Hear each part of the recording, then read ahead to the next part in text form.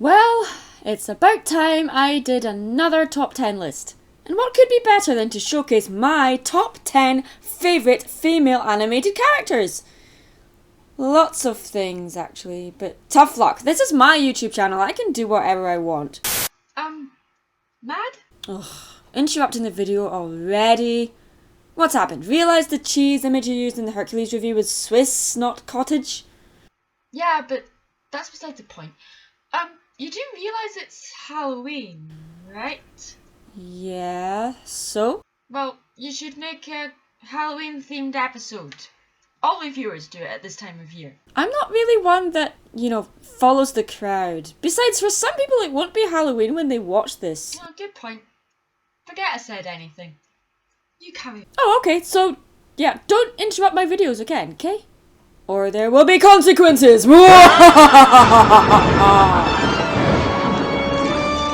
Number 10. Agnes from Despicable Me. Let's start off this list with total irresistible cuteness, shall we?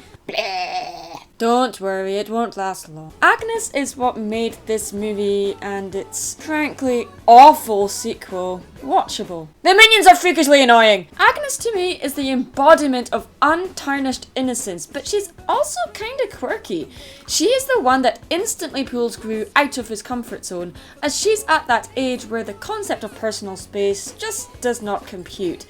Quite often, when kids are portrayed in animated movies, especially ones as young as Agnes, the voiceover sometimes feels really forced and artificial. To me, Agnes is one of the most authentic infant characters I've ever seen in animation, and I love her for that. Also, she's a total Pegasister. He's so fluffy, I'm gonna die! Unicorns, I love them. Unicorns, I love them. Unicorns, I love them. Number 9. Ginger from Chicken Run.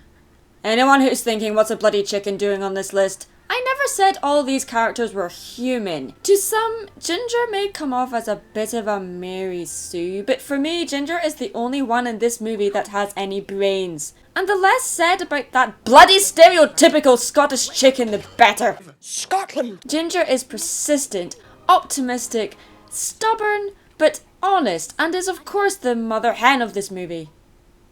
Who the bloody hell writes this stuff? Yeah, that was pretty bad. Sorry.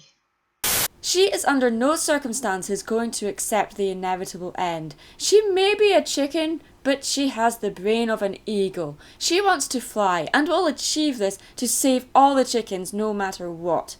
An obvious parody of The Great Escape, Chicken Run is actually a pretty underrated movie that definitely deserves a closer look. Number 8. Jane from Disney's Tarzan. Ah, hey look, a Disney character! Oh, shut up, you knew there would be Disney characters on this list at some point. It's an inevitability. Why do I love Jane so much? She's a total nerd, and in my book that's a good thing. Jane, an often overlooked Disney heroine, is an eccentric klutz. Even with all her eccentricities, it's her incurable curiosity about the world around her that I find endearing. She sees a baby baboon and totally geeks out over it and instantly wants to draw it.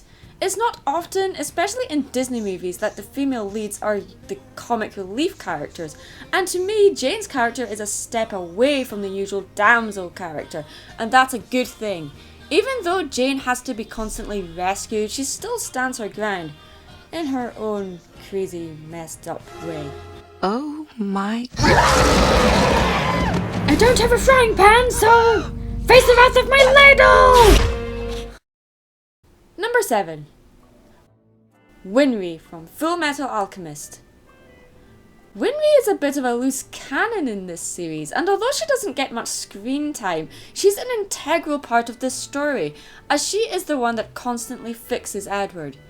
And I don't just mean his automail arm and leg. To me, Winry keeps Edward grounded, reminding him that although both of them lost their parents, neither of them are alone in the world, and that Winry is Edward and Al's family. Although she works on Edward and Al's mechanic, she is the only one that treats them both as normal human beings. Just don't get her mad or she'll throw a spanner at your head. She loves you really, Ed! Number 6. Jane from Daria. Okay, so this one is kind of more personal than it should be. Both Jane and Daria are relatable and complex characters, but when I was at high school, I was this character. Jane is an alternative, frustrated, pessimistic artist who can't help but point out the ironies of the world around her that everyone but her brother and Daria can see. Being an outcast by choice, just wanted to paint and draw all the time to escape the ridiculously vain and shallow world that she exists in, is something I really relate to.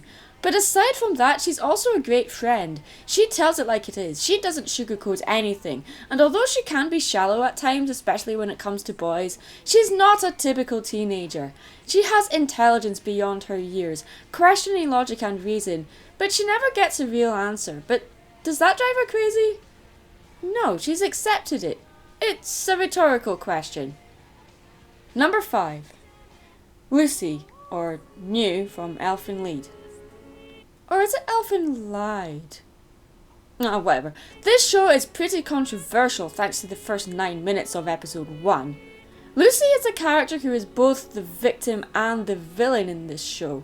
Being a Diclonius, which according to the manga and the anime are creatures that are the next stage of evolution of humanity. It's unclear whether this is a natural evolution or a cause of experimentation. Lucy comes off at first as a heartless, psychopathic killer. When she escapes the facility, she is shot in the head but does not die. Instead, a secondary personality named New develops. An innocent, childlike and utterly adorable character appears. But thanks to the exposition that the first 9 minutes of the show gave us, the audience is constantly under tension as we never know when Lucy will resurface. Touching on subjects like schizophrenia and blatantly mindless violence, this anime, though the ending differs from the manga, handles these themes in an unforgiving and blatant way. But I like it for that.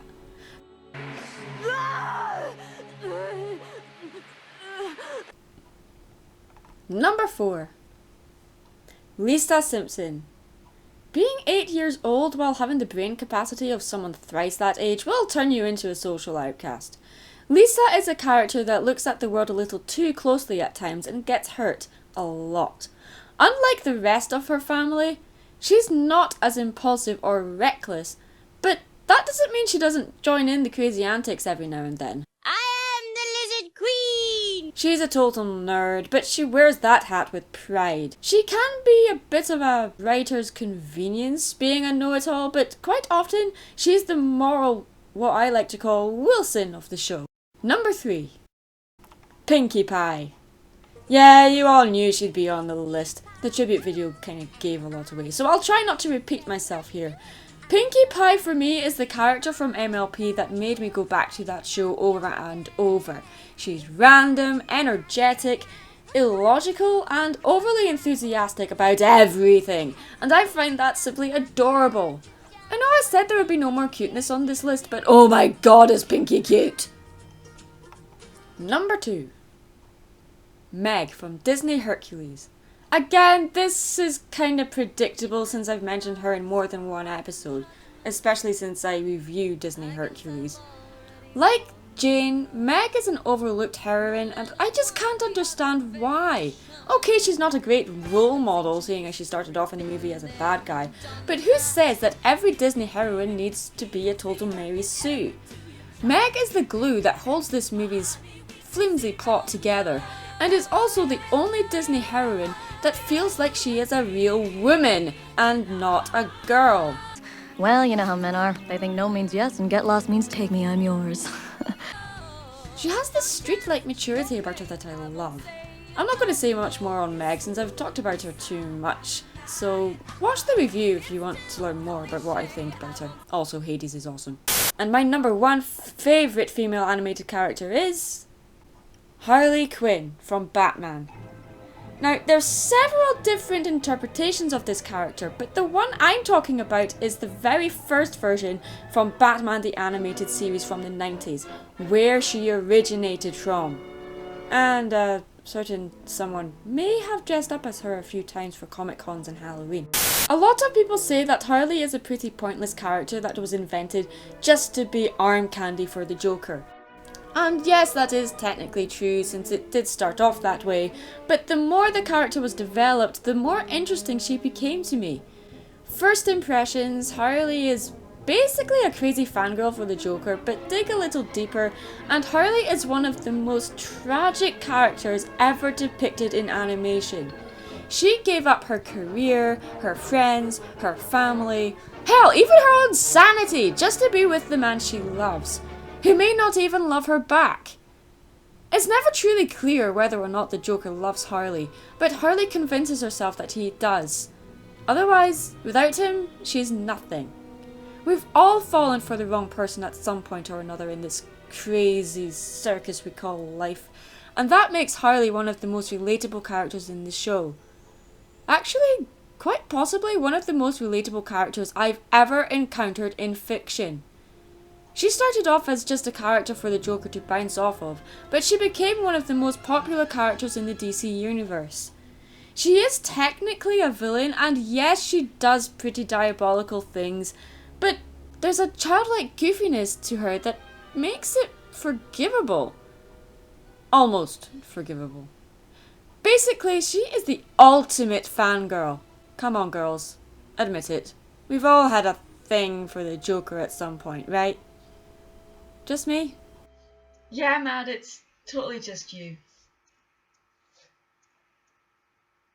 She really needs to stop interrupting my videos. So that was my second top 10 list. There'll probably be more top 10 lists. Or if you've got any requests, let me know in the comments below. Thanks for watching, guys. I'm Mad Munchkin. Stay creative.